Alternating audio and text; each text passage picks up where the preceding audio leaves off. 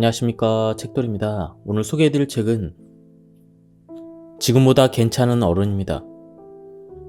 저자는 김혜민, 출판사는 시크릿 하우스입니다. 저자 소개를 간단하게 하겠습니다. 김혜민, YTN 라디오 PD이다. 뉴스 정면 승부를 만들었으며 YTN 라디오 생생경제와 김혜민의 이슈 앤 피플을 제작하고 진행했다. 책을 여는 당신에게 꼭 당부하고 싶은 말이 있다. 나는 절대로 이 책이 쓴 만큼 잘 살지 못했고 잘 살아가지 못할 것이다. 쓰다 보니 내 태도와 관점에 대한 과장과 포장이 있었음을 고백한다. 그저 이렇게 살고 싶다는 저자의 바람과 결심 정도라고 이해해 주길 바란다. 이 책은 자기 개발서도 아니고 조언서도 아니다. 인생을 가속시키는 엑셀 같은 책이기보다는 인생을 멈추고 돌아보는 브레이크 같은 책이길 원한다. 나이가 들면서 오감은 생물학적으로 퇴화하지만 지적 감정과 영적 감각은 세밀해지는 것을 경험하고 싶어 틈나는 대로 보고 듣고 말하고 기록한다. 그러다 보면 불편하지 않았던 사실이 불편해지고 보이지 않았던 사람과 몰랐던 진실이 보이고 관심을 두지 않았던 곳에 연대와 환대라는 오지랖이 펼쳐지는 기적이 일어난다. 나는 그것을 어른이 돼가는 과정, 어른 ING라고 정의하고 싶다. 이 책의 모든 내용은 나 혼자 고민하고 얻은 결과물이 아니다.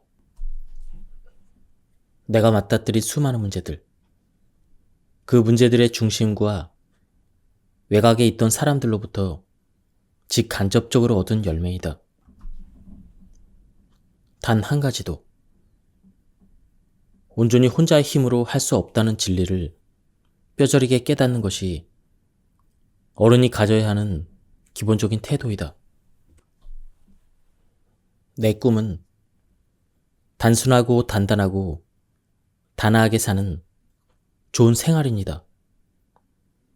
단순하고 단단하게, 단아하게라는 박노해 시인의 시는 좋은 생활인의 삶의 태도를 말해준다. 시인은 단순한 살림으로 삶은 풍요롭고 단단한 내면으로 아픈 희망차고 단아한 기품으로 주위가 다 눈이 부시다고 노래했다. 나에게 단순한 살림은 생계 걱정을 넘어서 생활을 할 수 있을 정도의 안정적인 경제력을 말한다. 과도한 욕심만 부리지 않으면 인생을 충분히 누릴 수가 있다. 예를 들어 자동차의 유무는 삶의 모습을 대단히 많이 바꾸지만 소형차든 재벌 회장의 차든 삶의 질에 있어서는 큰 차이가 없다. 물론 좋은 생활인은 이런 조건만으로 이룰 수 있는 꿈은 아니다. 인생에 일어나는 모든 일들과 느끼는 감정을 모두 생활로 받아들이는 일상의 득도함이 필요하다. 나의 첫 번째 책, 눈 떠보니 50에 나온 인터뷰 이들은 1등을 하겠다는 각오나 빅피처를 그리지 않았다. 목표 지향적인 사람보다 목적 지향적인 사람들이 더 많았다. 순간순간 단순하고 단단하게, 그렇게 당연하게 자신이 옳다고 생각하는 대로 행동했다. 정상에 오르는 것이 목표가 아니라 오늘 나의 한 걸음이 산을 오르기 위한 올바른 방향이길 바랬다. 일상이 만사라는 생각으로 단순하고 단단하고 단아하게, 그렇게 모두는 자신의 생활에 충실한 좋은 생활인들이었다. 나는 많은 사람들이 거대한 목표가 지배하는 인생이 아닌 삶의 소소한 계획을 쌓아가는 인생을 만들어가면 좋겠다. 행복은 강도가 아니라 빈도라 하지 않았던가. 대통령, 과학자, 사업가 등 원대한 꿈을 말했던 어린 시절이었지만 이제는 당신의 꿈은 무엇입니까? 라는 질문에 제 꿈은 좋은 생활인입니다. 라고 말하는 사람들이 많았으면 좋겠다. 자존감과 회복 탄력성은 인생을 살면서 꼭 가져야 하는 초능력이다. 초능력이라고 표현한 이유는 이 힘들은 눈에 보이지 않고 힘의 크기를 가늠할 수도 없지만 이 능력이 발휘되면 폐허가 살아나는 기적이 일어나기 때문이다. 자존감과 회복 탄력성이라는 무기는 자신에 대해서 알면 알수록 더욱 강해진다. 부족한 나를 알면 오히려 더 쪼그라든다고 생각하는 사람들이 있다. 하지만 그렇지 않다. 나의 단점과 부족함을 알게 되면 부정적인 상황에서도 적절한 대응을 통해 자신의 감정을 조절할 수가 있다. 타인의 과도한 비난이나 일의 실패 속에 나를 지키고 구원할 수 있는 건 결국 나 자신이기 때문이다. 일하면서 더럽고 치사한 꼴을 한두 번 보는 것은 아니지만 그때마다 이를 때려치울 수는 없는 노릇이다. 그때마다 나는 나를 살핀다. 내 마음을 지켜보고 내 몸을 관찰한다. 감정의 풍랑 속에서 내 마음을 살피는 일이 쉽지 않을 때에는 내 마음속을 시각화한다. 늘 정량의 물을 찰랑거리게 담고 있는 컵처럼 내 안에 비커를 두고 저 인간이 하는 악담이 내 마음을 지배하지 못할 정도로 내 일의 실패가 나를 넘어뜨리지 못할 정도로 수위를 조절한다. 그러다 내가 만든 기준치를 넘어서면 나는 주저하지 않고 나를 지키기 위한 또 다른 선택을 한다. 간절한 꿈을 이루기 위해 한 번쯤 나를 버려도 되겠지? 생계를 유지하기 위해서 저 사람의 무례함에 눈 감아도 되겠지? 이런 생각은 잘못된 것이다. 어느 것도 나의 존재보다 이상이 될 수는 없다. 나를 알면 존재의 우선순위를 두게 되며 나를 지키는 일에는 어떤 것도 타협하지 않게 된다. 자신을 알아야 타인도 지킬 수가 있다. 어른이 자신을 알고 자신을 지키는 것이 중요한 이유는 자신뿐만 아니라 타인도 지킬 수 있기 때문이다. 갑질은 자신이 누구인지, 타인이 어떤 존재인지 제대로 파악하고 있지 못하기 때문에 발생한다. 자신은 항공사의 사장일 뿐 직원들의 주인이 아니라는 사실, 상대방은 직원일 뿐 노예가 아니라는 사실을 모르기 때문에 땅콩 회항과 같은 천박한 짓을 그래도 당당하게 했던 것이다. 스웨덴에는 얀테라겐이라는 독특한 가치가 있다. 얀테의 법칙이라는 뜻인데 여기에는 남보다 뛰어나다고 생각하지 말라라는 의미가 담겨 있다. 빼어난 한 사람이 사회를 리드해가는 것이 아니라 구성원 전원이 모두가 주인공이 되는 삶을 지향하는 북유럽의 문화가 담겨 있다. 1. 당신이 특별하다고 생각하지 말 것. 2. 당신이 좋은 사람이라고 생각하지 말 것. 3. 당신이 더 현명하다고 생각하지 말 것. 4. 당신이 더 나은 존재라고 상상하지 말 것. 5. 당신이 더 많이 안다고 생각하지 말 것. 6. 당신이 우월하다고 생각하지 말 것. 나는 이 항목들을 너 자신을 알라라는 문장으로 요약했다. 젊을 때는 나의 장점과 에너지, 취향, 특징에 대해서 스스로 잘 알고 최대한 진가를 발휘해야 한다. 나를 긍정하는 일은 건강하고 옳은 방향으로 생을 살 수 있는 원료가 되기 때문이다. 하지만 나이를 먹을수록 나의 단점과 부족함을 알고 최대한 힘을 조율해야 한다. 주제 파악 역시 건강하고 옳은 방향으로 생을 살 수 있도록 원료가 되어준다. 무엇보다 사람들과 어울려 살 수 있는 노년을 허락해준다. 지금 우리 사회를 지배하고 있는 지나친 경쟁과 반목, 냉소와 이기심은 결국 우리가 스스로에 대해서 잘 모르기 때문이다. 나의 성품과 가치가 얼마나 뛰어나고 내게 주어진 것이 얼마나 큰지를 모르는 자신과 내가 가진 성품과 능력이 얼마나 보잘것없고 초라한지 모르는 자신이 서로 핥히고 싸워서 만든 결과이다. 영화 원더에는 이런 말이 나옵니다. 힘겨운 싸움을 하는 모든 이들에게 친절하라. 그리고 다른 사람들이 어떤지 정말 알고 싶다면 오직 바라보는 것이다. 영화 원더는 안면 기형인 어기가 세상과 맞서 자신을 긍정하고 인생을 살아가는 내용이다. 물론 이 과정은 좌절과 투쟁의 연속이다. 하지만 어기 옆에는 늘 친절한 사람들이 있었다. 외모를 놀리는 대다수의 친구들 중에서도 함께 밥을 먹어준 한두 명의 친구들이 꼭 있었고, 조용하지만 강력하게 어기의 학교 생활을 지켜주는 선생님들이 있었다.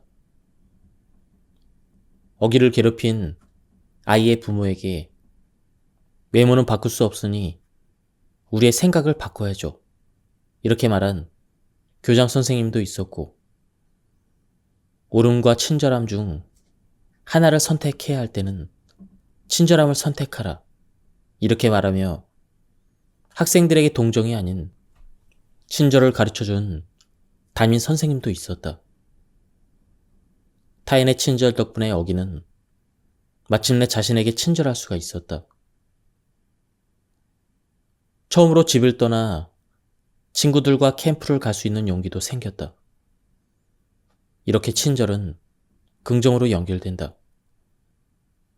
영화 제목처럼 친절은 어기를 원더, 즉 경이로움과 기적 그 자체로 만들었다.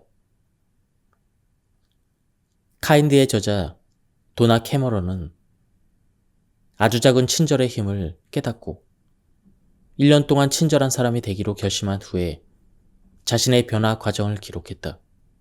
저자는 친절한 일상 덕에 매일이 행복했고 생각도 단순해졌으며 자신감까지 생겨 인간관계는 물론 비즈니스에서도 최소한의 에너지로 큰 성과를 이룰 수 있었다고 기록했다. 어떻게 친절 하나로 이렇게 큰 성과를 이룰 수 있을까? 아이들이 식당에서 밥을 먹으러 갈 때나 낯선 사람을 만날 때 엄마, 저분 착한 것 같아요. 이렇게 표현하는 경우는 대부분 친절한 사람을 말하는 것이다. 친절과 착함은 엄연히 다른 개념이지만 아이들에게는 친절을 행하는 사람이 곧 착한 사람으로 비춰주는 것은 여러 가지를 의미한다. 착하게 살아야 한다 같은 100마디 말보다는 어른들의 친절한 행동 한 가지로 아이들은 경청, 공감, 도움, 너그러움, 끈기 등을 배운다. 실제 그렇다. 친절하기 위해서는 경청하고 공감해야 하고 너그러움을 가지고 참아주고 마침내 도와줘야 한다. 친절은 이 모든 과정 이후에 내가 얻을 수 있는 내면의 성과이다. 생각해보면 살면서 생기는 모든 갈등은 경청, 공감, 너그러움을 행하지 못했거나 받지 못했기 때문에 생긴다. 늘 불친절한 상사나 동료, 그들과 함께 일한다면 그곳이 얼마나 사막 같겠는가. 아무리 음식이 맛있어도 불친절한 점원을 만난다면 그 식당을 또 가고 싶으실까? 방송국에서 새로운 수많은 사람들을 만나고 헤어진다. 어쩌면 한 번 보고 말 사람들이지만 할 수 있는 한 친절하고자 노력한다. 누군가에게 능력 있는 PD보다는 친절한 사람이라고 기억되는 편이 훨씬 이득으로 돌아온다는 것을 여러 번 체험했기 때문이다. 말도 안 되는 내용과 거친 말로 항의 전화를 거는 청취자에게도 친절하면 성난 날이 금방 죽는다. 그 순간 친절을 선택하면 피곤한 일이 반으로 줄어든다. 친절은 대단한 마음 수양이 필요한 것이 아니다. 뒷사람을 배려해서 문을 잡아주다 보면 어느 날 교통약자가 눈에 보이고 그들의 고통을 해결하기 위해서 작은 목소리를 낼 수 있을지도 모른다. 택배 기사님들의 수고를 덜어드리기 위해서 집 앞에 둘 반품 물건을 경비실에 맡겨보면 택배 노동자들의 노동 환경에 관심이 갈 것이다. 생각해보면 숨이 턱하니 막히던 코로나 시절에 우리의 코끝을 찡하게 만들었던 것은 대부분 친절한 누군가의 모습이었다. 요양병원에서 혼자 있는 어르신 환자를 위해 무거운 방역복을 입고 고스톱을 쳐주던 의료인, 고생하는 의료진에게 남긴 메모 한 장, 많은 민원 전화를 친절하게 받는 보건소 직원들, 어려움을 겪는 동네 가게를 찾아주던 손님들, 그 친절이 우리를 견디게 했다. 당신이 세상에 더한 모든 친절에 감사할 시간을 가져보자. 직접 눈으로 확인할 수 없을지도 모르겠지만 그 친절은 틀림없이 세상을 바꿨다. 친절을 당신이 새로운 슈퍼파워로 널리 알려보자. 당신이 친절을 베풀 때마다 그 힘이 계속 강해져서 세상에 더 큰 변화를 불러올 것이다. 이렇게 살다 보면 성공을 위한 우주의 기운을 빌리거나 스펙을 쌓기 위해서 죽도록 노력하지 않아도 된다. 친절이 그저 전적으로 내가 할 수 있는 일이자 모든 일의 시작점이 된다면 친절은 분명 나를 좋은 곳으로 데려갈 것이다. 언젠가 60대 여자 선배가 만만치 않은 생을 살았지만 돌아보니 인생이 내게 친절했다라고 표현했는데 그 문장이 두고두고 가슴에 남았다. 인생이 내게 친절했다라는 말은 타인에게도 스스로에게도 친절했기에 받은 축복임을 아는 사람만 할 수 있는 말이다. 세상을 내 편으로 만드는 것은 머리가 아니라 행동이다. 지식이 아니라 지혜가 더 우선이라는 말이기도 한데 친절은 지혜로운 사람이 할 수 있는 가장 1순위로 행동 지침이라기보다는 인생을 대하는 마음가짐에 더 가깝다. 주어진 임무를 잘 수행하려는 마음가짐, 사명감. 요즘 같은 시대에 사명감이라는 단어 자체가 손발이 오그라들고 트렌드와 뒤떨어진 말 같지만 사명감이 가진 원래 뜻은 이처럼 너무나 기본적이고 간단하다. 그저 자신에게 주어진 임무를 잘 해보자는 마음가짐은 인생을 사는 우리 모두가 기본적으로 장착해야 되는 것이다. 그러나 나는 어른이 되고 처음 회사에 들어가서 바로 알았다. 모두가 다 사명감을 가지고 일하는 것은 아니었다. 결국 모든 조직과 세상은 사명감을 가지고 일하는 소수가 다수를 이끌어가고 있다는 것을 알게 되었다. 사명감 없이 일하는 사람은 일의 종류와 노동의 강도를 떠나서 황폐하고 초라하다. 의사, 법조인, 장관, 기업가 등 화려한 일을 하면서 불행한 사람을 나는 많이 봤다. 그들에게는 사명감 대신 다른 사심들이 일의 동력이 된다. 의사가 생명을 살리는 사명감을 잃어버리면 환자가 돈으로 보이는 것처럼 변호사가 정의를 실현하는 사명감을 버리면 사건이 아닌 돈이 보이게 된다. 의사가 히포크라테스 선서를 하고 판검사가 임용시에 판검사 선서를 하고 국회의원이 임기 시작 전 자신의 사명을 담은 선언을 하는 이유는 결국 일의 사명감이 자신의 일을 변질시키지 않고 즐겁게 오래 일할 수 있는 강력한 동기이기 때문이다. 입사 시험을 볼 때 지원 동기를 묻는 건 역시 이 일을 하려는 자신의 사명을 점검하는 것이다. 세계적인 축구선수 손흥민을 만든 것은 탄탄한 기본기와 지독한 반복이다. 운동선수들의 하루, 일주일, 한 달 훈련을 쉬면 자기 자신이 알고 곧 남들이 알아본다고 하는 것처럼 사명감 없이 일하는 건 역시 스스로 알고 동료가 알게 된다. 노 키즈존은 틀렸다. 어른이 되어 새삼스럽게 놀랐던 사실은 동화책의 작가는 어른이라는 것이다. 어릴 때 내가 읽고 보고 울고 울었던 이야기들을 만들었던 사람들이 어른이라니 이미 닿을 대로 해질 대로 해진 어른이 어떻게 아이의 컨텐츠를 만들 수 있을까?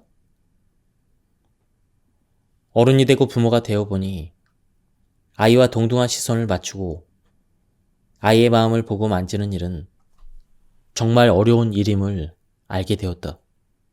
그 이유는 아이를 어른보다 열등하고 미숙한 존재로 여기기 때문이다. 가장 최근 많이 들었던 단어는 주린이다. 주식을 처음 시작한 초보자를 뜻하는 단어로 주식과 어린이의 합성어인데 골프 초보는 골린이, 요리 초보는 요린이, 부동산 초보는 불인이라고 부른다. 어떤 것에 대해서 입문했거나 실력이 부족한 사람을 어린이에 빗대서 뭐뭐린이라고 일컫는 것은 아동에 대한 차별적인 표현이라는 진정이 국가인권위원회에 제기되었고 인권위는 아동 비하 표현에 대한 사회적인 경각심을 위해서 공공기관 공문서에 뭐뭐린이라는 표현을 쓰지 않을 것을 권고했다. 반박하는 사람도 있겠지만 어린이는 초보라는 인식 자체가 어린이를 완전한 인격체로 보지 못하게 한다면 인권위의 권고는 옳은 것이다. 어린이는 몸이 작은 인간이다. 한국 사회는 어른들의 사회이다. 어른들이 규정하고 그려내는 다양한 틀 안에서 온 사회가 움직인다. 인간이라는 보편적인 범주에 있음에도 생물학적인 어른을 중심으로 일상세계는 돌아가고 있다. 아이들은 어른들의 가르침과 규정 속에서 액세서리처럼 존재하며 어른들이 만들어낸 아이다움의 범주에 들어갈 때만 그 존재의 의미를 인정받을 수가 있다. 그런데 우리가 분명히 기억할 것이 있다. 아이는 생물학적인 범주이지 존재론적인 범주가 아니라는 점이다. 모든 어른 사람이 온전한 인간으로서 대우받아야 한다면 아이 사람 역시 온전히 인간으로 대우받아야 한다. 이런 의미에서 아이는 없다. 다만 몸이 작은 인간과 큰 인간이 있을 뿐이다. 나는 몸이 작은 인간과 큰 인간이 있을 뿐이라는 강남순 교수의 글에 큰 충격을 받았다. 왜 나는 아이를 존재론적으로 여기지 못했을까? 내가 아이에게 윽박지르는 대부분은 어른의 시각에서 아이가 부족하기 때문이다. 매일 아침 아이를 등교시키며 아이를 닥달하는 건 내가 아이의 시간을 기다려주지 못해서이다. 돌아보면 겨우 3분이나 5분만 기다려주면 되는데 빨리 해 늦겠다. 얼른 하라니까. 학교 안 갈 거야? 이런 말을 아이 옆에서 랩처럼 쏟아낸다. 육아는 정말 나란 인간이 얼마나 형편없는지를 알게 해주는 것 같다. 내가 어른에게 이렇게 화를 내고 짜증을 내겠는가? 결국 아이는 약자니까 부모는 자식에게 절대적인 존재라는 걸 아니까 어떤 필터링 없이 아이에게 쏟아붓고 만다. 나도 이렇게 내 자식을 대하지만 사회가 어린이를 대하는 태도는 정말 형편이 없다. 언젠가 아이와 함께 들어간 카페에서 노 키즈 존이라며 쫓겨난 적이 있다. 아이가 받은 사회로부터의 최초의 거절이었다. 아이는 나에게 노 키즈 존이 무엇이냐고 물었고 나는 차마 설명할 수가 없었다. 봄날의 개구리처럼 뛰고 새처럼 쥐저기는 아이들의 수다가 어른들의 시간을 방해하고 그러기에 출입을 막는다는 어른들의 천박한 발상을 어찌 설명할 수 있는가? 이후에 나는 으리으리하고 화려한 카페에 잔뜩 기대하는 마음으로 들어갔는데 노 키즈존이라고 쓰여있는 간판을 보면 그 카페는 곧 무너져 내릴 모래성처럼 보인다.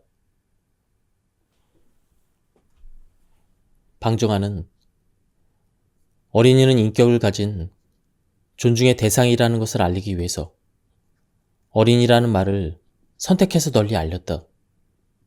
이뿐 아니라 방정환은 궁극적으로 어린이 아이들에게도 경어를 사용하자는 어린이 운동을 전개하기도 했다. 100년 전 신분제 시대에 어떻게 이런 생각을 하고 어린이에게 경어를 쓰자는 혁명적인 어린이 운동을 전개할 수 있었을까? 우리 엄마 아빠가 어린이였을 때, 내가 어린이였을 때, 그리고 내 아이가 어린이인 현재까지 어린이였던 모든 어른들은 이 어른들의 덕을 입었다.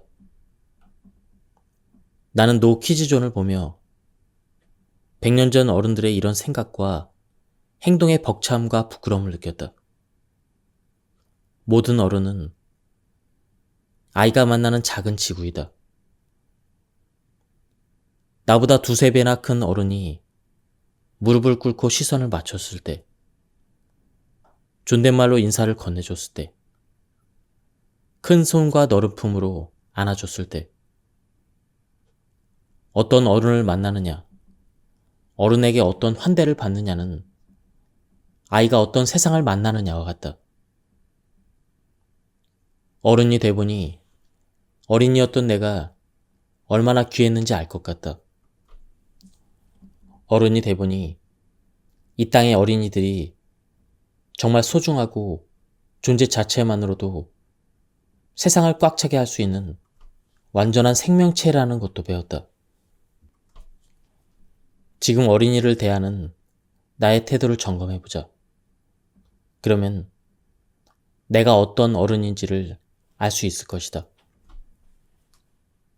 살면서 생각만 해도 이가 갈리는 대상이 어찌 없겠는가. 내가 당한 것보다 100배는 더 갚아주고 싶은 사람들이 있다. 17년 정도 사회생활을 하면서 누군가 때문에 정말 억울했던 적이 3번 정도 있었다. 그때마다 정당한 절차와 과정을 통해서 나를 방어하는 일을 멈추지 않았지만 복수는 하지 않았다. 복수를 선택하지 않은 이유는 복수라는 칼날은 휘두르는 사람에게도 반드시 닿는다는 것을 알았기 때문이다. 무엇보다 내가 복수를 하지 않아도 그런 인간들은 결국 누군가에게 복수를 당하거나 스스로를 망친다는 진리를 경험했기 때문이다. 언젠가 억울해서 견딜 수 없을 때 남편이 내게 와서 너의 정직과 성실이 너를 보호할 거야. 이렇게 말해준 적이 있다. 그 말 한마디가 폭풍처럼 출렁거리는 나의 마음을 잠잠하게 했다. 분통 터지는 일을 겪어서 힘들어하는 사람들에게 이 문장을 약으로 처방하면 대부분 나처럼 복수하기를 멈춘다. 모든 감정은 나의 것이고 다 옳다. 하지만 그 감정을 표출하는 태도는 다 옳은 것은 아니다. 그러기에 우리는 선택을 해야 한다. 아카데미 시상식에서 아내를 모욕한 상대방에게 폭력을 휘두른 윌 스미스는 그 복수로 인해서 본인과 아내는 피해자가 아니라 폭력의 가해자가 됐다. 우리는 앞으로 10년 동안 아카데미 시상식에서 윌 스미스의 아내를 놀린 크리스 록은 보겠지만 윌 스미스는 볼 수 없게 되었다. 2018년은 나에게 중요한 한 해였다. 꿈이었던 첫 책, 눈 떠보니 50을 출간했고 많은 사람들의 사랑을 받은 셀럽, 김민식 PD, 정재찬 교수와 함께 북 콘서트도 열었다. 그의 시작한 라디오 다큐멘터리로 상을 받았다. 어느 해보다 일로 인정을 받고 즐거운 시간이었다. 특히 북 콘서트가 열린 날에는 벅찬 감정과 흥분으로 모든 일정이 다 끝나고 나서도 며칠 동안 뭔가 마음의 여진이 남아 있었다. 뭔가 내 인생에 변화가 생길 것 같고 이벤트들이 이어질 것 같았다. 그러나 이 모든 시간이 지나고 내가 깨달은 것은 기쁜 날도 지나가고 다시 내가 사는 평범한 일상이 돌아온다는 너무나 당연한 진리였다. 이 또한 지나가리라는 말은 힘들고 슬픈 일에만 쓸 수 있을 줄 알았는데 기쁜 날에도 적용되는 것을 이때 알게 되었다. 이 말의 유용성을 깨닫는 순간이다. 전쟁에서 승리한 다윗 왕이 보석 세공인에게 반지 안에 승리의 기쁨에 취했을 때 마음을 조절할 수 있으면서 동시에 전쟁에서 패했을 때 용기를 낼 수 있는 글귀를 넣으라고 명령한 것이 이 문장의 기원이다. 인생에서 가장 처참한 일도, 최고 영광스러운 일도, 지상에서 잠깐 스쳐가는 한순간의 불가함을 기억하라는 세공인의 지혜가 응축된 문장이다. 나는 남의 행복을 온전히 받아들이는 연습을 시작했다. 하루에 꼭 1명, 남의 행복을 빌어주는 것을 아무런 대가도 조건도 없이 그저 행복을 빌어준다. 남의 불행을 소비하면서 위안을 받는 대신 남의 행복을 빌어줌으로써 나의 상황으로부터 조금 떨어지는 법을 선택했다. 나의 기도에 남의 기도 한 줄을 끼워 넣었다. 내 아이의 건강을 위해 기도할 때, 아이를 갖고 싶어 하는 사람들을 위해, 아픈 아이를 위한 기도를 한 줄 얹었고, 나의 남편을 위해 기도할 때 부부관계로 어려움을 겪는 사람들을 위한 기도를 한 스푼 넣었다. 성미정 시인의 시, 김혜수의 행복을 비는 타자의 새벽은 가장 쓸데없는 걱정이라는 연예인 걱정을 하는 김혜수와 동갑 내기인 시인의 고백이다. 이 시에서 시인은 주제넘게 나보다 몇 배는 예쁘고 돈도 많은 김혜수의 행복을 빌고 있는 속내에 대해서 고민해도 답도 없는 자신의 문제에 빠져 있는 것보다 전혀 관계가 없는 타인의 행복을 빌어주는 게 나을 것 같다고 고백한다. 시인은 그러다 보면 그 행복이 언젠가 자신에게도 닿지 않을까 기대한다. 책, 우리가 인생이라고 부르는 것들에서 이 시를 소개한 정재찬 교수는 비록 지금 내 펜은 별로이지만 내가 빌어준 복이 돌고 돌다 보면 내게 돌아오지 말라는 보장도 없지 않느냐며, 그러니 생판 모르는 타자들의 행복을 빌어주는 푼수가 사실은 타짜라고 설명했다. 어릴 때부터 구급차가 지나가면 구급차 안에 있는 환자와 가족을 위해 기도하는 습관이 있었다. 나와 전혀 상관이 없는 사람의 안녕이 그저 좋았던 그때의 마음을 회복하고 싶다. 타인의 행복과 안위를 비는 것, 바로 이 마음을 별일 없다라는 대답에 흔들리지 않을 나만의 패로 만들어 인생의 진짜 타짜가 되고 싶다. 바로 지금 이 글을 읽고 있는 당신의 별일 없음을 간절하게 빈다. 죽음을 생각하는 것은 이롭다. 드라마 도깨비에서 공유는 죽는 게 소원이다. 혼자 몇천 년을 살면서 사랑하는 사람의 죽음을 지켜보는 그 일은 홀로 남은 자에게는 저주이다. 나이가 들수록 TV나 책에서 나오는 누군가의 죽음을 지켜보는 일이 어렵다. 더 이상 남의 이야기가 아니라는 것을 알기 때문이다. 결혼식 초대장보다 부부 문자가 더 많아지면 나이가 드는 것이라고 한다. 정말 하루가 멀다 하고 누군가의 부모님이나 당사자의 별세 소식이 들려온다. 떠나는 인생들을 보며 죽음에 대해서 생각한다. 나의 죽음을 관찰해야 한다. 불치병에 걸렸어도 폴은 온전히 살아있었다. 육체적으로 무너지고 있음에도 활기차고 솔직하고 희망에 가득 차 있었다. 그가 희망한 것은 가능성 없는 완치가 아니라 목적과 의미로 가득한 날들이었다.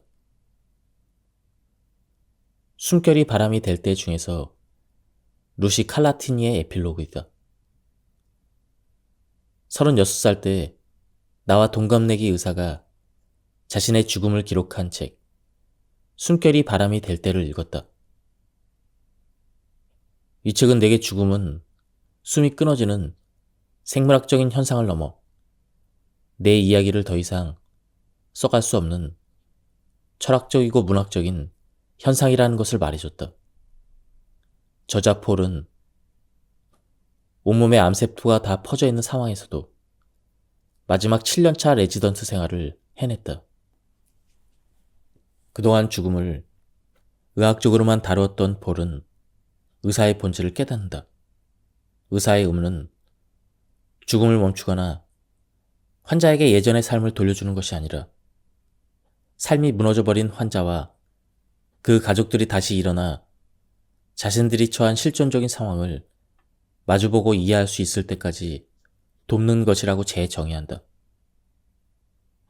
이렇게 의사이자 말기암 환자인 폴은 죽음을 결과가 아닌 인생의 과정으로 받아들이고 그 과정을 잘 보내는 것이 잘 죽는 이름을 깨닫고 책을 쓴 것이다. 김지수 작가는 이어령의 마지막 수업을 쓰면서 죽어가는 이어령보다 죽어가는 이어령을 바라보는 이어령을 더 많이 발견할 수 있다고 회고한다. 자신의 죽음을 관찰하며 사유하는 사람은 내가 왜 살았는지, 나의 일의 본령이 무엇인지 깨달을 수가 있다. 그러면 부대끼면서가 아니라 여유있게 자신의 마지막도 맞이할 수가 있다. 폴에게 죽음을 관찰하는 자가 누리는 깨달음을 배웠다면 고 임세현 교수의 죽음은 나에게 죽음 이후에도 삶이 이어질 수 있다는 기적을 보여주었다. 임세현은 20년간 우울증과 불안 장애를 치료해온 정신과 의사로 자살 예방 프로그램인 보고 듣고 말하기를 개발했다. 그는 2018년 12월 31일 자신의 환자에게 불의의 사고를 당했다. 한 해 마지막 날인 사고 당일, 진료가 일찍 끝났지만 임세현은 기꺼이 환자를 맞이했다. 그리고 극심한 조현병을 앓고 있던 환자는 임세현에게 칼을 휘둘렀고 이 과정에서 충분히 자신의 몸을 피할 수 있음에도 그는 동료를 먼저 피신시켰다. 분노와 절망이 가득한 이 사건 속에서 가장 큰 피해자는 임 교수의 가족들이었다. 하지만 가족들의 태도는 모두를 놀라게 했다. 장례식 마지막 날 임세현 교수의 가족들은 이번 사건으로 의료진들이 안전한 환경에서 진료할 수 있는 환경을 만들어 줄 것과 마음 아픈 사람들이 진료를 받지 못하는 일이 없기를 간절히 바란다는 성명을 냈다. 이후 가족들은 조의금으로 임세현 재단을 만들어 남편과 아버지가 꿈꾸는 세상을 만들기 위해 노력하고 있다. 자신들의 절망과 슬픔보다 고인의 삶의 목적과 행적을 더 깊이 생각했기에 이런 결정을 내릴 수가 있었다. 무엇보다도 이것이 나의 아들, 남편, 아버지 임세현을 계속 살게 할 수 있다는 것을 믿었기 때문에 할 수 있는 결단이었다. 이처럼 임세현 교수는 육신의 죽음을 맞이했지만 지금도 그의 정신은 살아있다. 그러기 위해서는 결국 살아남은 자들이 이 일을 해야 한다. 지금까지 이 책에 대한 리뷰를 모두 마쳤습니다. 이 책은 좋은 어른이 되기 위해서 어떤 태도와 마음가짐을 가져야 하는지 설득력 있는 언어로 설명해주고 있었습니다. 굉장히 참신한 내용이 많이 있었습니다. 한번 책을 구해서 읽어보실 것을 추천드립니다. 여기서 리뷰를 마치도록 하겠습니다. 감사합니다. 안녕하십니까, 책돌입니다. 오늘 소개해드릴 책은 지금보다 괜찮은 어른입니다. 저자는 김혜민, 출판사는 시크릿 하우스입니다. 저자 소개를 간단하게 하겠습니다. 김혜민, YTN 라디오 PD이다. 뉴스 정면 승부를 만들었으며 YTN 라디오 생생경제와 김혜민의 이슈 앤 피플을 제작하고 진행했다. 책을 여는 당신에게 꼭 당부하고 싶은 말이 있다. 나는 절대로 이 책에 쓴 만큼 잘 살지 못했고 잘 살아가지 못할 것이다. 쓰다 보니 내 태도와 관점에 대한 과장과 포장이 있었음을 고백한다. 그저 이렇게 살고 싶다는 저자의 바람과 결심 정도라고 이해해 주길 바란다. 이 책은 자기 개발서도 아니고 조언서도 아니다. 인생을 가속시키는 엑셀 같은 책이기보다는 인생을 멈추고 돌아보는 브레이크 같은 책이길 원한다. 나이가 들면서 오감은 생물학적으로 퇴화하지만 지적 감정과 영적 감각은 세밀해지는 것을 경험하고 싶어 틈나는 대로 보고 듣고 말하고 기록한다. 그러다 보면 불편하지 않았던 사실이 불편해지고 보이지 않았던 사람과 몰랐던 진실이 보이고 관심을 두지 않았던 곳에 연대와 환대라는 오지랖이 펼쳐지는 기적이 일어난다. 나는 그것을 어른이 돼가는 과정, 어른 ING라고 정의하고 싶다. 이 책의 모든 내용은 나 혼자 고민하고 얻은 결과물이 아니다. 내가 맞닥뜨린 수많은 문제들, 그 문제들의 중심과 외곽에 있던 사람들로부터 직간접적으로 얻은 열매이다. 단 한 가지도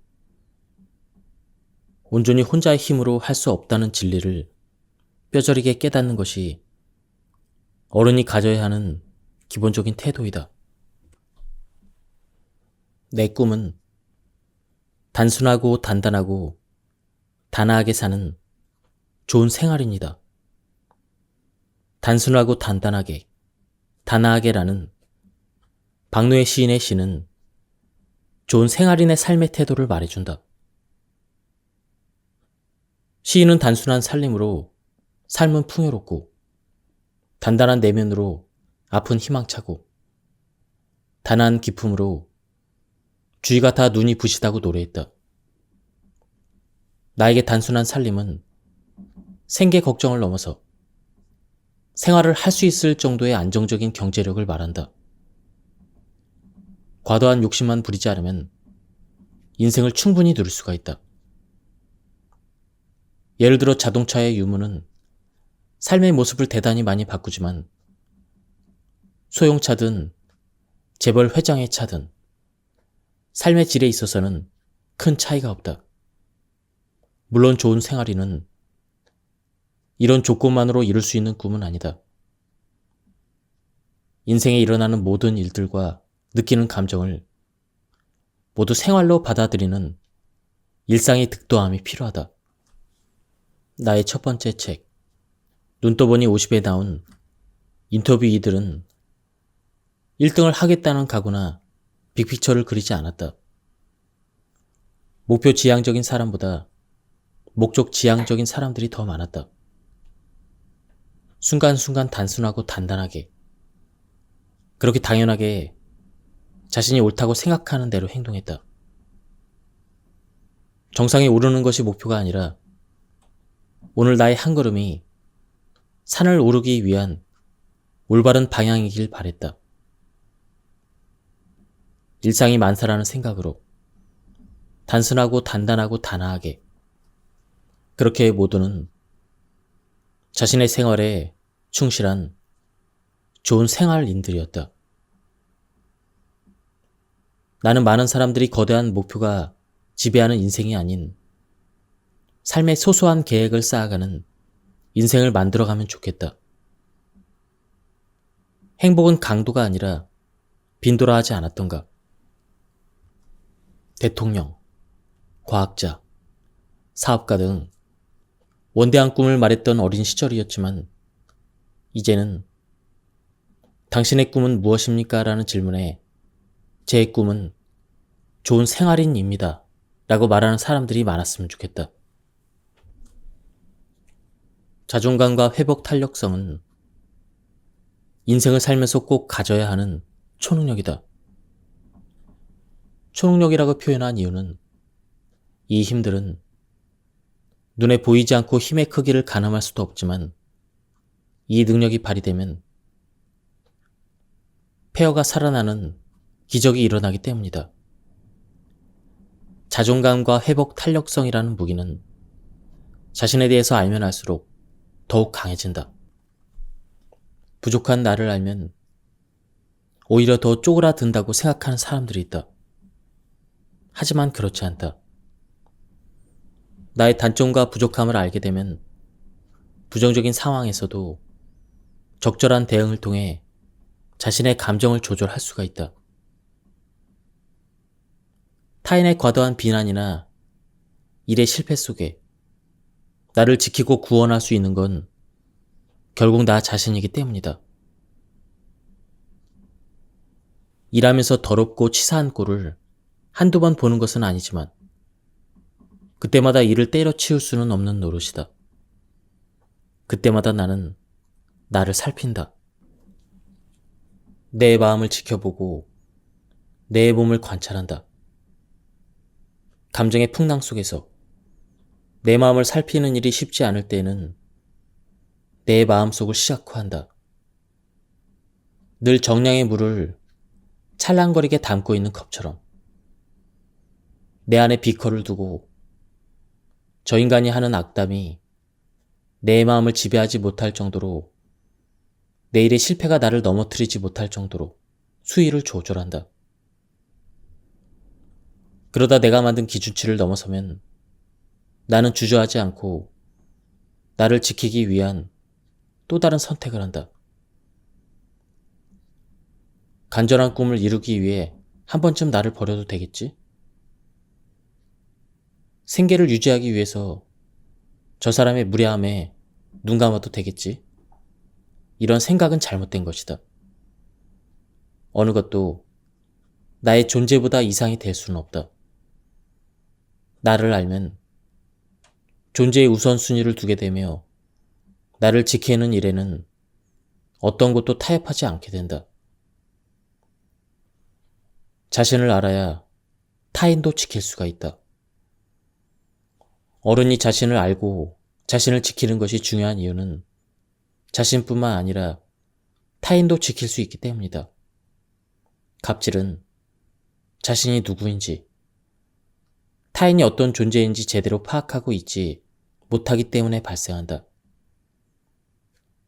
자신은 항공사의 사장일 뿐 직원들의 주인이 아니라는 사실, 상대방은 직원일 뿐 노예가 아니라는 사실을 모르기 때문에 땅콩 회항과 같은 천박한 짓을 그래도 당당하게 했던 것이다. 스웨덴에는 얀테라겐이라는 독특한 가치가 있다. 얀테의 법칙이라는 뜻인데 여기에는 남보다 뛰어나다고 생각하지 말라라는 의미가 담겨 있다. 빼어난 한 사람이 사회를 리드해가는 것이 아니라 구성원 전원이 모두가 주인공이 되는 삶을 지향하는 북유럽의 문화가 담겨 있다. 1. 당신이 특별하다고 생각하지 말 것. 2. 당신이 좋은 사람이라고 생각하지 말 것. 3. 당신이 더 현명하다고 생각하지 말 것. 4. 당신이 더 나은 존재라고 상상하지 말 것. 5. 당신이 더 많이 안다고 생각하지 말 것. 6. 당신이 우월하다고 생각하지 말 것. 나는 이 항목들을 너 자신을 알라라는 문장으로 요약했다. 젊을 때는 나의 장점과 에너지, 취향, 특징에 대해서 스스로 잘 알고 최대한 진가를 발휘해야 한다. 나를 긍정하는 일은 건강하고 옳은 방향으로 생을 살 수 있는 원료가 되기 때문이다. 하지만 나이를 먹을수록 나의 단점과 부족함을 알고 최대한 힘을 조율해야 한다. 주제 파악 역시 건강하고 옳은 방향으로 생을 살 수 있도록 원료가 되어준다. 무엇보다 사람들과 어울려 살 수 있는 노년을 허락해준다. 지금 우리 사회를 지배하고 있는 지나친 경쟁과 반목, 냉소와 이기심은 결국 우리가 스스로에 대해서 잘 모르기 때문이다. 나의 성품과 가치가 얼마나 뛰어나고 내게 주어진 것이 얼마나 큰지를 모르는 자신과 내가 가진 성품과 능력이 얼마나 보잘것없고 초라한지 모르는 자신이 서로 핥히고 싸워서 만든 결과이다. 영화 원더에는 이런 말이 나옵니다. 힘겨운 싸움을 하는 모든 이들에게 친절하라. 그리고 다른 사람들이 어떤지 정말 알고 싶다면 오직 바라보는 것이다. 영화 원더는 안면 기형인 어기가 세상과 맞서 자신을 긍정하고 인생을 살아가는 내용이다. 물론 이 과정은 좌절과 투쟁의 연속이다. 하지만 어기 옆에는 늘 친절한 사람들이 있었다. 외모를 놀리는 대다수의 친구들 중에서도 함께 밥을 먹어준 한두 명의 친구들이 꼭 있었고, 조용하지만 강력하게 어기의 학교 생활을 지켜주는 선생님들이 있었다. 어기를 괴롭힌 아이의 부모에게 외모는 바꿀 수 없으니 우리의 생각을 바꿔야죠, 이렇게 말한 교장 선생님도 있었고, 옳음과 친절함 중 하나를 선택해야 할 때는 친절함을 선택하라, 이렇게 말하며 학생들에게 동정이 아닌 친절을 가르쳐준 담임 선생님도 있었다. 타인의 친절 덕분에 어기는 마침내 자신에게 친절할 수가 있었다. 처음으로 집을 떠나 친구들과 캠프를 갈 수 있는 용기도 생겼다. 이렇게 친절은 긍정으로 연결된다. 영화 제목처럼 친절은 어기를 원더, 즉 경이로움과 기적 그 자체로 만들었다. 카인드의 저자 도나 캐머런은 아주 작은 친절의 힘을 깨닫고 1년 동안 친절한 사람이 되기로 결심한 후에 자신의 변화 과정을 기록했다. 저자는 친절한 일상 덕에 매일이 행복했고 생각도 단순해졌으며 자신감까지 생겨 인간관계는 물론 비즈니스에서도 최소한의 에너지로 큰 성과를 이룰 수 있었다고 기록했다.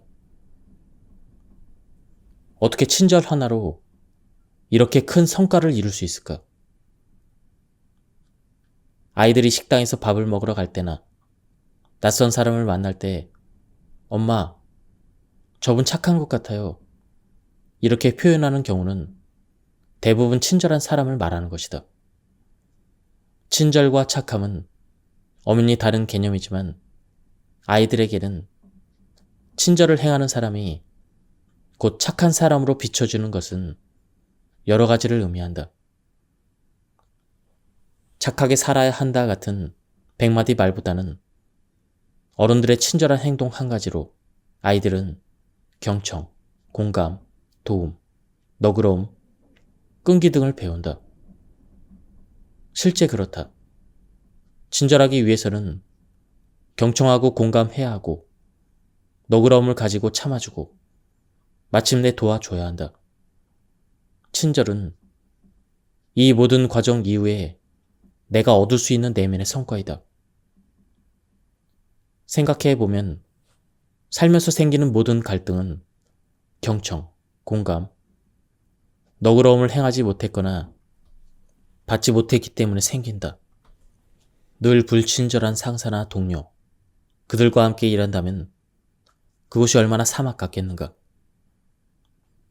아무리 음식이 맛있어도 불친절한 점원을 만난다면 그 식당을 또 가고 싶으실까? 방송국에서 새로운 수많은 사람들을 만나고 헤어진다. 어쩌면 한 번 보고 말 사람들이지만 할 수 있는 한 친절하고자 노력한다. 누군가에게 능력 있는 PD보다는 친절한 사람이라고 기억되는 편이 훨씬 이득으로 돌아온다는 것을 여러 번 체험했기 때문이다. 말도 안 되는 내용과 거친 말로 항의 전화를 거는 청취자에게도 친절하면 성난 날이 금방 죽는다. 그 순간 친절을 선택하면 피곤한 일이 반으로 줄어든다. 친절은 대단한 마음 수양이 필요한 것이 아니다. 뒷사람을 배려해서 문을 잡아주다 보면 어느 날 교통약자가 눈에 보이고 그들의 고통을 해결하기 위해서 작은 목소리를 낼 수 있을지도 모른다. 택배 기사님들의 수고를 덜어드리기 위해서 집 앞에 둘 반품 물건을 경비실에 맡겨보면 택배 노동자들의 노동 환경에 관심이 갈 것이다. 생각해보면 숨이 턱하니 막히던 코로나 시절에 우리의 코끝을 찡하게 만들었던 것은 대부분 친절한 누군가의 모습이었다. 요양병원에서 혼자 있는 어르신 환자를 위해 무거운 방역복을 입고 고스톱을 쳐주던 의료인, 고생하는 의료진에게 남긴 메모 한 장, 많은 민원 전화를 친절하게 받는 보건소 직원들, 어려움을 겪는 동네 가게를 찾아주던 손님들, 그 친절이 우리를 견디게 했다. 당신이 세상에 더한 모든 친절에 감사할 시간을 가져보자. 직접 눈으로 확인할 수 없을지도 모르겠지만 그 친절은 틀림없이 세상을 바꿨다. 친절을 당신이 새로운 슈퍼파워로 널리 알려보자. 당신이 친절을 베풀 때마다 그 힘이 계속 강해져서 세상에 더 큰 변화를 불러올 것이다. 이렇게 살다 보면 성공을 위한 우주의 기운을 빌리거나 스펙을 쌓기 위해서 죽도록 노력하지 않아도 된다. 친절이 그저 전적으로 내가 할 수 있는 일이자 모든 일의 시작점이 된다면 친절은 분명 나를 좋은 곳으로 데려갈 것이다.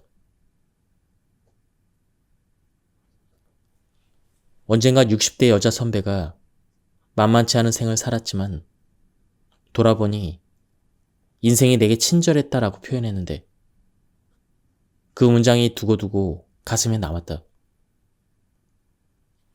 인생이 내게 친절했다라는 말은 타인에게도 스스로에게도 친절했기에 받은 축복임을 아는 사람만 할 수 있는 말이다. 세상을 내 편으로 만드는 것은 머리가 아니라 행동이다.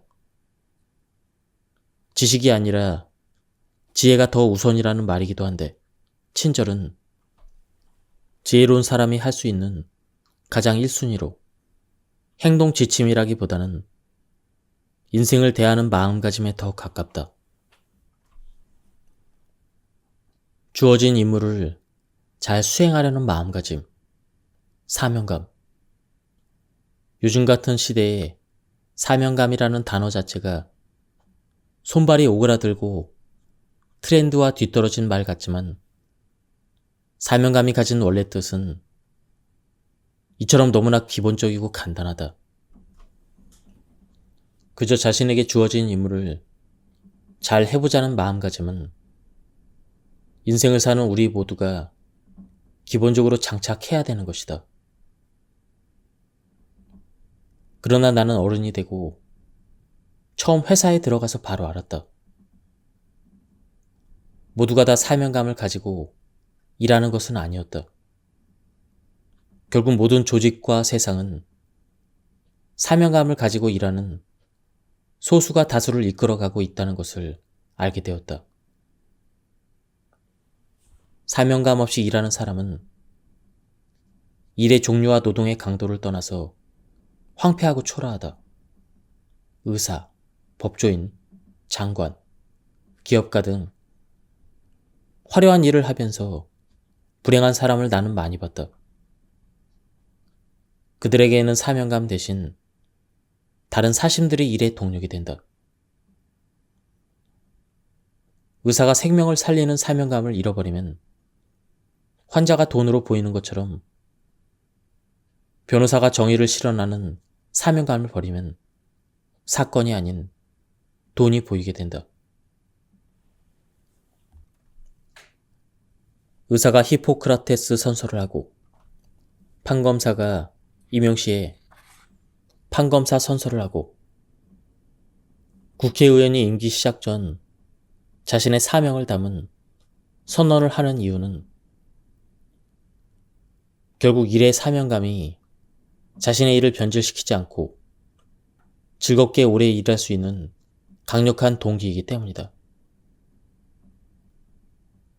입사 시험을 볼 때 지원 동기를 묻는 건 역시 이 일을 하려는 자신의 사명을 점검하는 것이다. 세계적인 축구선수 손흥민을 만든 것은 탄탄한 기본기와 지독한 반복이다. 운동선수들의 하루, 일주일, 한 달 훈련을 쉬면 자기 자신이 알고 곧 남들이 알아본다고 하는 것처럼 사명감 없이 일하는 건 역시 스스로 알고 동료가 알게 된다. 노 키즈존은 틀렸다. 어른이 되어 새삼스럽게 놀랐던 사실은 동화책의 작가는 어른이라는 것이다. 어릴 때 내가 읽고 보고 울고 울었던 이야기들을 만들었던 사람들이 어른이라니, 이미 닿을 대로 해질 대로 해진 어른이 어떻게 아이의 컨텐츠를 만들 수 있을까? 어른이 되고 부모가 되어보니 아이와 동등한 시선을 맞추고 아이의 마음을 보고 만지는 일은 정말 어려운 일임을 알게 되었다. 그 이유는 아이를 어른보다 열등하고 미숙한 존재로 여기기 때문이다. 가장 최근 많이 들었던 단어는 주린이다. 주식을 처음 시작한 초보자를 뜻하는 단어로, 주식과 어린이의 합성어인데 골프 초보는 골린이, 요리 초보는 요린이, 부동산 초보는 불인이라고 부른다. 어떤 것에 대해서 입문했거나 실력이 부족한 사람을 어린이에 빗대서 뭐뭐린이라고 일컫는 것은 아동에 대한 차별적인 표현이라는 진정이 국가인권위원회에 제기되었고, 인권위는 아동 비하 표현에 대한 사회적인 경각심을 위해서 공공기관 공문서에 뭐뭐린이라는 표현을 쓰지 않을 것을 권고했다. 반박하는 사람도 있겠지만 어린이는 초보라는 인식 자체가 어린이를 완전한 인격체로 보지 못하게 한다면 인권위의 권고는 옳은 것이다. 어린이는 몸이 작은 인간이다. 한국 사회는 어른들의 사회이다. 어른들이 규정하고 그려내는 다양한 틀 안에서 온 사회가 움직인다. 인간이라는 보편적인 범주에 있음에도 생물학적인 어른을 중심으로 일상세계는 돌아가고 있다. 아이들은 어른들의 가르침과 규정 속에서 액세서리처럼 존재하며 어른들이 만들어낸 아이다움의 범주에 들어갈 때만 그 존재의 의미를 인정받을 수가 있다. 그런데 우리가 분명히 기억할 것이 있다. 아이는 생물학적인 범주이지 존재론적인 범주가 아니라는 점이다. 모든 어른 사람이 온전한 인간으로서 대우받아야 한다면 아이 사람 역시 온전히 인간으로 대우받아야 한다. 이런 의미에서 아이는 없다. 다만 몸이 작은 인간과 큰 인간이 있을 뿐이다. 나는 몸이 작은 인간과 큰 인간이 있을 뿐이라는 강남순 교수의 글에 큰 충격을 받았다. 왜 나는 아이를 존재론적으로 여기지 못했을까? 내가 아이에게 윽박지르는 대부분은 어른의 시각에서 아이가 부족하기 때문이다. 매일 아침 아이를 등교시키며 아이를 닦다라는 건 내가 아이의 시간을 기다려주지 못해서이다. 돌아보면 겨우 3분이나 5분만 기다려주면 되는데 빨리 해 늦겠다. 얼른 하라니까. 학교 안 갈 거야? 이런 말을 아이 옆에서 랩처럼 쏟아낸다. 육아는 정말 나란 인간이 얼마나 형편없는지를 알게 해주는 것 같다. 내가 어른에게 이렇게 화를 내고 짜증을 내겠는가? 결국 아이는 약자니까 부모는 자식에게 절대적인 존재라는 걸 아니까 어떤 필터링 없이 아이에게 쏟아붓고 만다. 나도 이렇게 내 자식을 대하지만 사회가 어린이를 대하는 태도는 정말 형편이 없다. 언젠가 아이와 함께 들어간 카페에서 노 키즈 존이라며 쫓겨난 적이 있다. 아이가 받은 사회로부터의 최초의 거절이었다. 아이는 나에게 노 키즈 존이 무엇이냐고 물었고 나는 차마 설명할 수가 없었다. 봄날의 개구리처럼 뛰고 새처럼 쥐저기는 아이들의 수다가 어른들의 시간을 방해하고 그러기에 출입을 막는다는 어른들의 천박한 발상을 어찌 설명할 수 있는가? 이후에 나는 으리으리하고 화려한 카페에 잔뜩 기대하는 마음으로 들어갔는데 노 키즈존이라고 쓰여있는 간판을 보면 그 카페는 곧 무너져 내릴 모래성처럼 보인다. 방정환은 어린이는 인격을 가진 존중의 대상이라는 것을 알리기 위해서 어린이라는 말을 선택해서 널리 알렸다.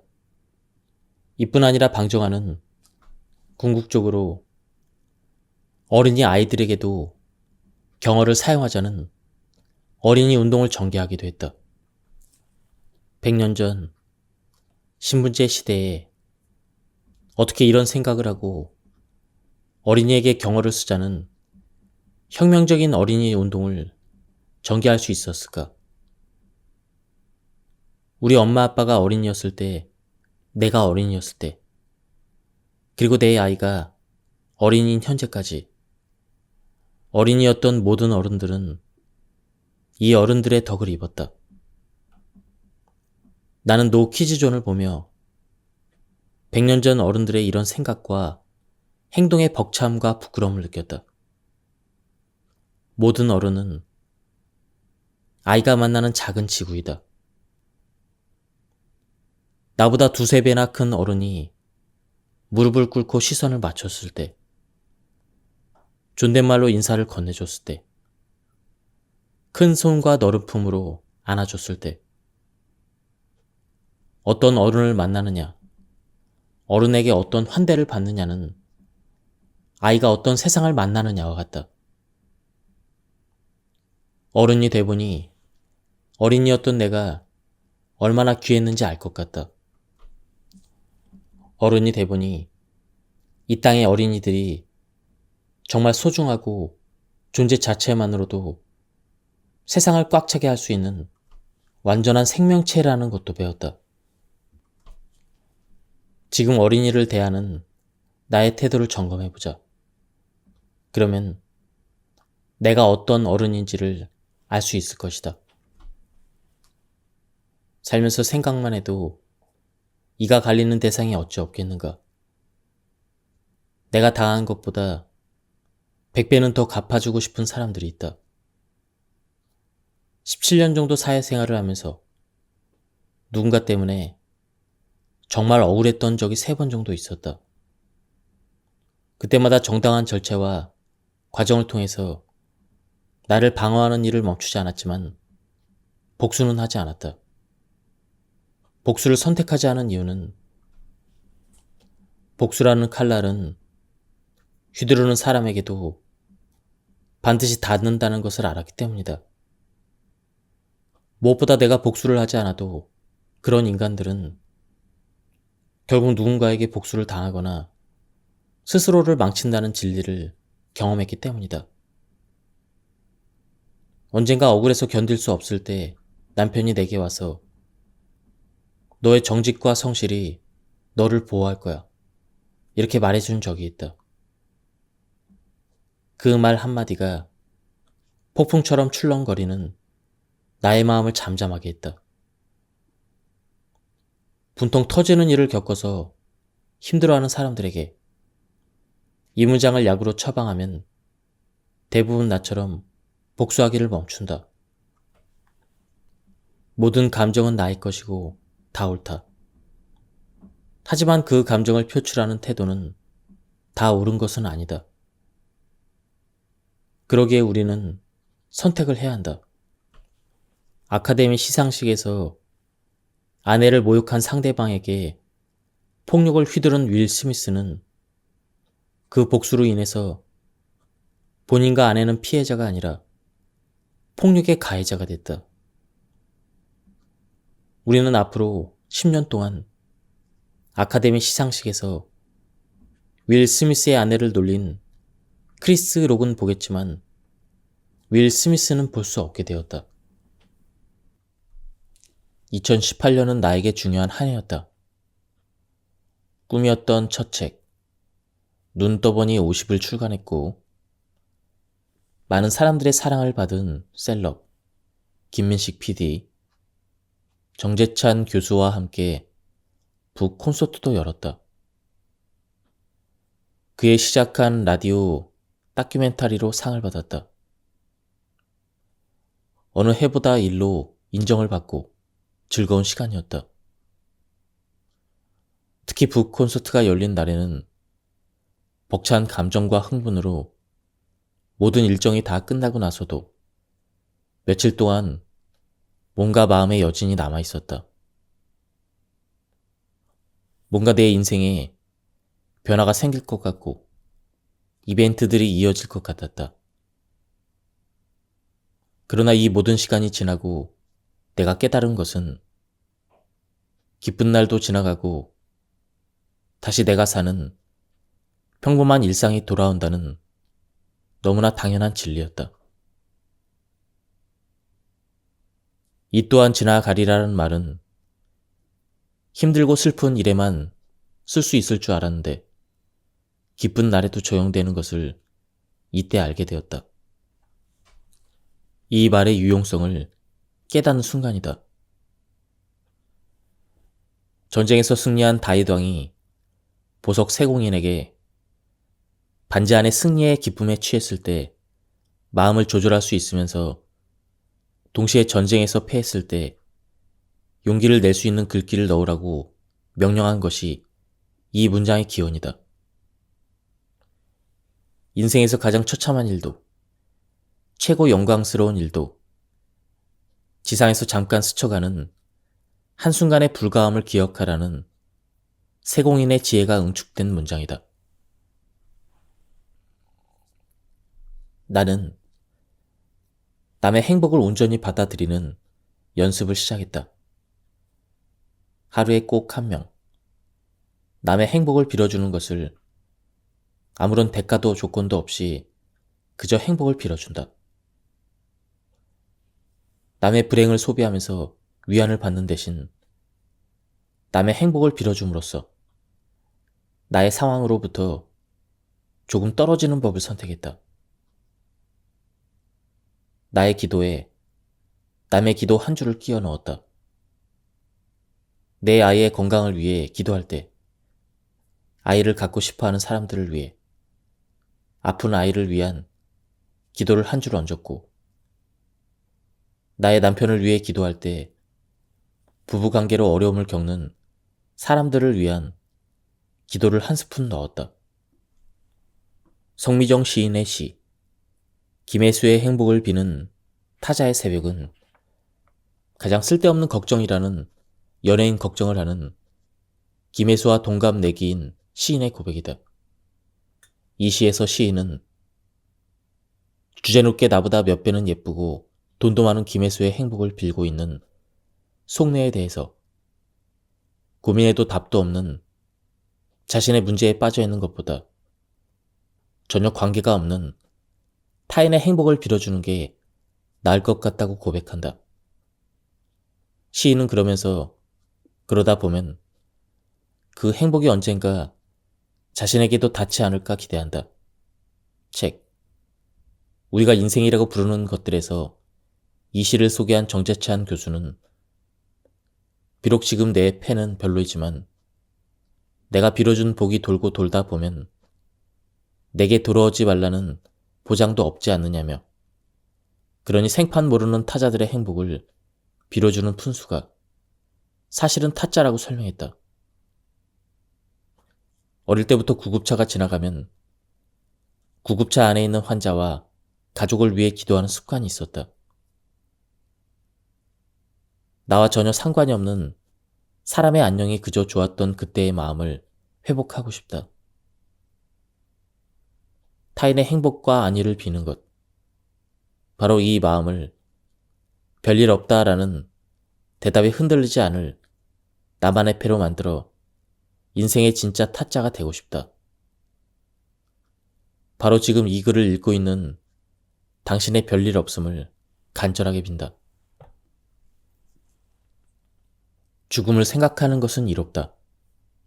드라마 도깨비에서 공유는 죽는 게 소원이다. 혼자 몇천 년을 살면서 사랑하는 사람의 죽음을 지켜보는 그 일은 홀로 남은 자에게는 저주이다. 나이가 들수록 TV나 책에서 나오는 누군가의 죽음을 지켜보는 일이 어렵다. 더 이상 남의 이야기가 아니라는 것을 알기 때문이다. 결혼식 초대장보다 부부 문자가 더 많아지면 나이가 드는 것이라고 한다. 정말 하루가 멀다 하고 누군가의 부모님이나 당사자의 별세 소식이 들려온다. 떠나는 인생들을 보며 죽음에 대해서 생각한다. 나의 죽음을 관찰해야 한다. 불치병에 걸렸어도 폴은 온전히 살아있었다. 육체적으로 무너지고 있음에도 활기차고 솔직하고 희망에 가득 차 있었다. 그가 희망한 것은 가능성 없는 완치가 아니라 목적과 의미로 가득한 날들이었다. 숨결이 바람이 될 때 중에서 루시 칼라티니의 에필로그이다. 36살 때 나와 동갑내기 의사가 자신의 죽음을 기록한 책 숨결이 바람이 될 때를 읽었다. 이 책은 내게 죽음은 숨이 끊어지는 생물학적인 현상을 넘어 내 이야기를 더 이상 써갈 수 없는 철학적이고 문학적인 현상이라는 것을 말해줬다. 저자 폴은 온몸에 암세포가 다 퍼져 있는 상황에서도 마지막 7년차 레지던트 생활을 해냈다. 그동안 죽음을 의학적으로만 다루었던 폴은 의사의 본질을 깨닫는다. 의사의 의무는 죽음을 멈추거나 환자에게 예전의 삶을 돌려주는 것이 아니라 삶이 무너져버린 환자와 그 가족들이 다시 일어나 자신들이 처한 실존적인 상황을 마주보고 이해할 수 있을 때까지 돕는 것이라고 재정의한다. 이렇게 의사이자 말기암 환자인 폴은 죽음을 결과가 아닌 인생의 과정으로 받아들이고 그 과정을 잘 보내는 것이 잘 죽는 일임을 깨닫고 책을 쓴 것이다. 김지수 작가는 이어령의 마지막 수업을 쓰면서 죽어가는 이어령보다 죽어가는 이어령을 바라보는 이어령을 더 많이 발견할 수 있다고 회고한다. 자신의 죽음을 관찰하며 사유하는 사람은 내가 왜 살았는지, 나의 일의 본령이 무엇인지 깨달을 수가 있다. 그러면 부대끼면서가 아니라 여유있게 자신의 마지막도 맞이할 수가 있다. 폴에게 죽음을 관찰하는 자가 누리는 깨달음을 배웠다면 고 임세연 교수의 죽음은 나에게 죽음 이후에도 삶이 이어질 수 있다는 기적을 보여주었다. 임세연은 20년간 우울증과 불안 장애를 치료해온 정신과 의사로 자살 예방 프로그램인 보고 듣고 말하기를 개발했다. 그는 2018년 12월 31일 자신의 환자에게 불의의 사고를 당했다. 한 해 마지막 날인 사고 당일 진료가 일찍 끝났지만 임세호는 기꺼이 환자를 맞이했다. 그리고 극심한 조현병을 앓고 있던 환자는 임세원에게 칼을 휘둘렀고 이 과정에서 충분히 자신의 몸을 피할 수 있음에도 그는 동료를 먼저 피신시켰다. 분노와 절망이 가득한 이 사건 속에서 가장 큰 피해자는 임 교수의 가족들이었다. 하지만 가족들의 태도는 모두를 놀라게 했다. 장례식 마지막 날 임세영 교수의 가족들은 이번 사건으로 의료진들이 안전한 환경에서 진료할 수 있는 환경을 만들어 줄 것과 마음 아픈 사람들이 진료를 받지 못하는 일이 없기를 간절히 바란다는 성명을 냈다. 이후 가족들은 조의금으로 임세연 재단을 만들어 남편과 아버지가 꿈꾸는 세상을 만들기 위해 노력하고 있다. 자신들의 절망과 슬픔보다 고인의 삶의 목적과 행적을 더 깊이 생각했기에 이런 결정을 내릴 수가 있었다. 무엇보다도 이것이 나의 아들, 남편, 아버지 임세원을 계속 살게 할 수 있다는 것을 믿었기 때문에 할 수 있는 결단이었다. 이처럼 임세영 교수는 육신의 죽음을 맞이했지만 지금도 그의 정신은 살아있다. 그러기 위해서는 결국 살아남은 자들이 이 일을 해야 한다. 지금까지 이 책에 대한 리뷰를 모두 마쳤습니다. 이 책은 좋은 어른이 되기 위해서 어떤 태도와 마음가짐을 가져야 하는지 설득력 있는 언어로 설명해주고 있었습니다. 굉장히 참신한 내용이 많이 있었습니다. 한번 책을 구해서 읽어보실 것을 추천드립니다. 여기서 리뷰를 마치도록 하겠습니다. 감사합니다.